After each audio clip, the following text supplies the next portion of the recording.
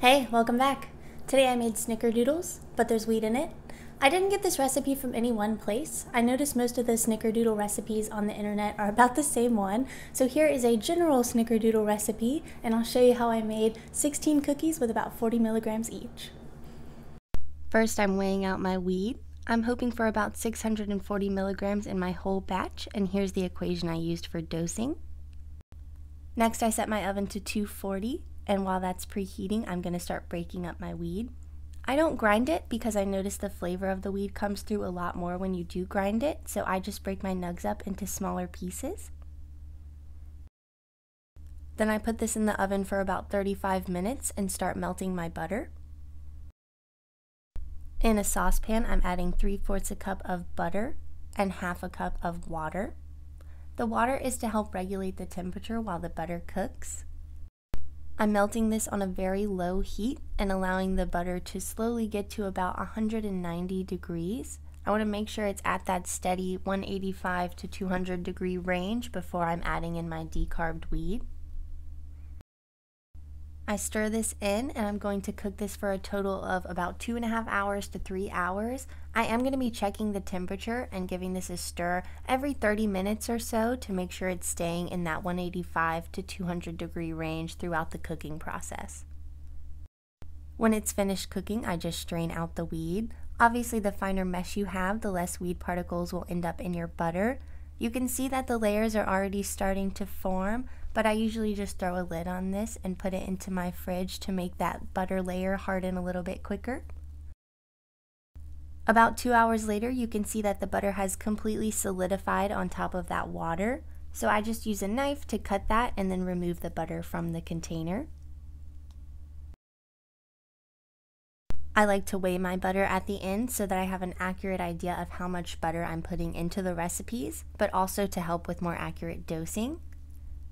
I left my butter out for a little while after this so that it could soften.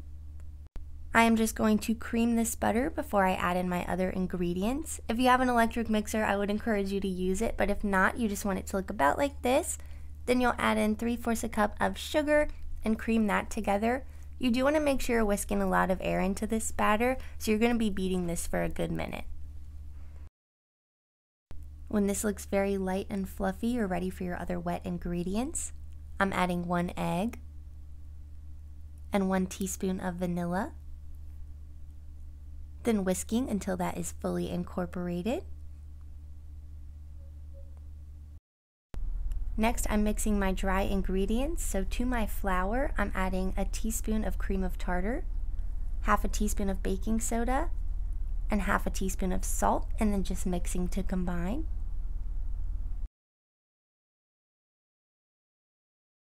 When that is well mixed, I'm going to start incorporating it into my wet ingredients. I'm doing this a little bit at a time just to try to avoid a mess and to make it a little bit easier to stir, but if you have a stand mixer, you can probably just throw all of your flour in there at once. I'm using a whisk to try to keep a lot of air in the batter, but you'll see that even when it's finished, it is a really light and sticky batter, so we'll have to put that into the refrigerator for about 30 minutes to let it stiffen up before we start making our dough balls. You can use a cookie scoop or do what I'm doing and just use a spoon and shape the balls with your hand. Ideally, we'll have 16 evenly sized dough balls out of this, but that is kind of hard to do, so I do recommend shaping all of your balls before you roll them in the cinnamon sugar for that reason.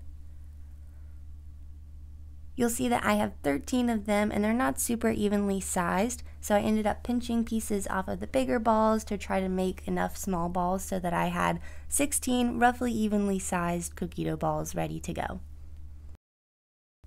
Next, we'll prepare our cinnamon sugar, so I'm just adding 1/2 cup of sugar and 2 heaping teaspoons of cinnamon, and then mixing this until it is completely combined.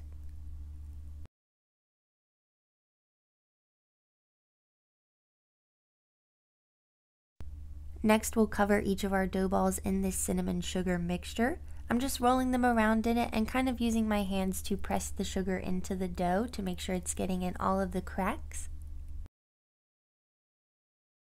Since we've been touching them so much, I do want to put them back into the fridge for about 20 more minutes to get cold again before we bake them.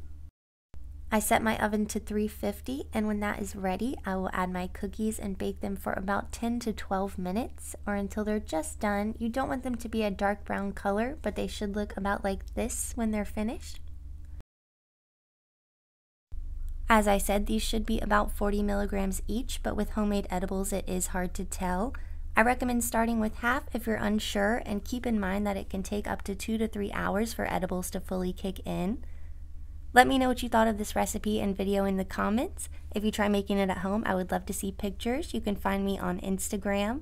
And as always, thank you so much for watching.